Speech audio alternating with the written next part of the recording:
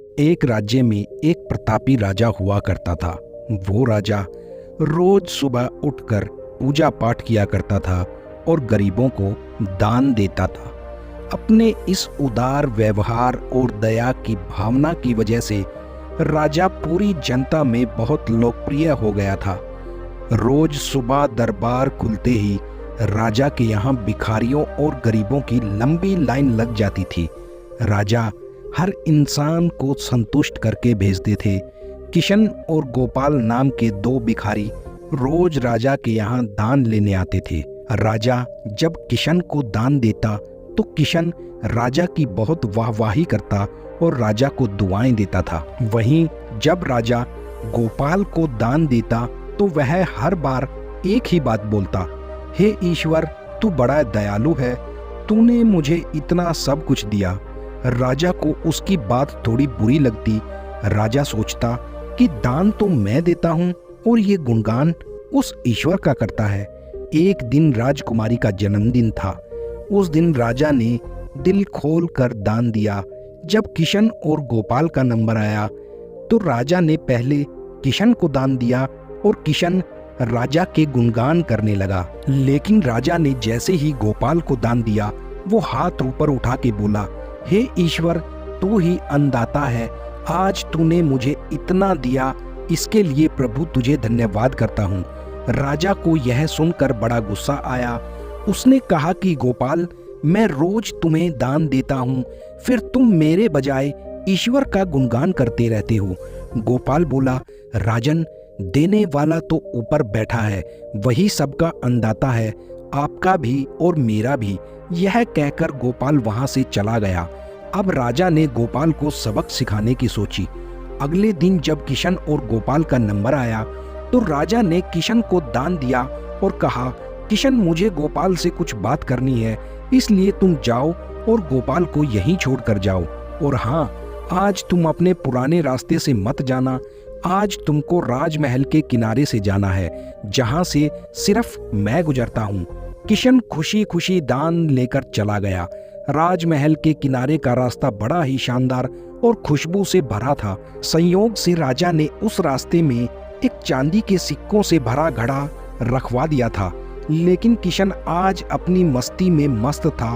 वह सोच रहा था कि राजा की मुझ पर बड़ी कृपा हुई है, जो मुझको अपने राजमहल के रास्ते से गुजारा है। यहाँ से तो मैं अगर आंख बंद करके भी चलूं तो भी मुझे कोई परेशानी नहीं होगी। यही सोचकर किशन आंखें बंद करके रास्ते से गुजर गया। लेकिन उसकी नजर चांदी के सिक्कों से भरे घड़े पर नहीं पड़ी। थोड़ी देर बाद राजा ने गोपाल से कहा कि अब तुम जाओ, क्योंकि किशन अब जा चुका होगा, लेकिन तुमको भी उसी रास्ते से जाना है जिससे किशन गया है। गोपाल धीमे धीमे कदमों से ईश्वर का धन्यवाद करते हुए आगे बढ़ा चला जा रहा था। अभी थोड़ी दूर पर ही वो जब गया था तो उसकी नजर चांदी के सिक्कों से भरे घड़े पर पड़ी। गोपाल घड़ा पाकर खुश हुआ और उसने कहा, ईश्वर, तेरी मुझ पर बड़ी अनुकंपा है, तूने मुझे इतना धन दिया। और वो घड़ा लेकर घर पर चला गया। अगले दिन फिर से जब गोपाल और किशन का नंबर आया तो राजा को लगा कि किशन घड़ा ले जा चुका होगा, इसलिए उसने किशन से पूछा, क्यों किशन, कल का रास्ता कैसा रहा? राह में कुछ मिला या नहीं? किशन ने कहा, महाराज, रास्ता इतना सुंदर था कि मैं तो आंखें बंद करके घर चला गया, लेकिन कुछ मिला तो नहीं। फिर राजा ने गोपाल से पूछा तो उसने बताया कि राजा, कल मुझे चांदी के सिक्कों से भरा एक घड़ा मिला। ईश्वर ने मुझ पे बहुत बड़ी कृपा करी है।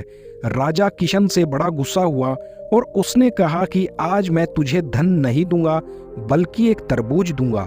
किशन बेचारा परेशान तो था, लेकिन कहता भी तो क्या, चुपचाप तरबूज लेकर चल पड़ा। उधर राजा ने गोपाल को रोजाना की तरह कुछ धन दान दे दिया। किशन ने सोचा कि इस तरबूज का मैं क्या करूंगा, और यही सोचकर वो अपना तरबूज एक फल वाले को बेच गया। अब जब गोपाल रास्ते से गुजरा, उसने सोचा कि घर पर कुछ खाने को तो है नहीं, क्यों ना बच्चों के लिए एक तरबूज ले लिया जाए।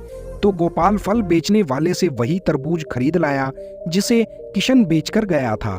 अब जैसे ही घर आकर गोपाल ने उस तरबूज को काट कर देखा तो उसके अंदर सोने के सिक्के भरे हुए थे। गोपाल ये देखकर बड़ा प्रसन्न हुआ और ईश्वर का धन्यवाद देते हुए बोला, हे ईश्वर, आज तूने मेरी गरीबी दूर कर दी। तू बड़ा दयालु है और सबका अन्नदाता है। अगले दिन जब राजा दान दे रहा था तो उसने देखा कि केवल अकेला किशन ही आया है, गोपाल उसके साथ नहीं आया है। उसने किशन से पूछा तो किशन ने बताया कि कल भगवान की कृपा से गोपाल को एक तरबूज मिला जिसके अंदर सोने के सिक्के भरे हुए थे। वह गोपाल तो अब संपन्न इंसान हो चुका है, अब वह बहुत अमीर हो चुका है।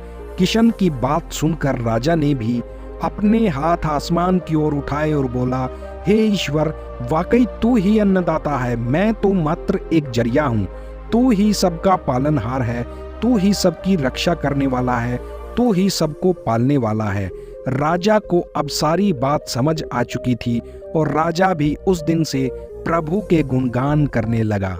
तो दोस्तों, आज की कहानी आपको कैसी लगी कमेंट बॉक्स में जय श्री राम लिखकर जरूर बताना। मिलते हैं आपसे अगली ऐसी ही किसी प्रेरणादायक और अच्छी कहानी के साथ। तब तक जय श्री राम।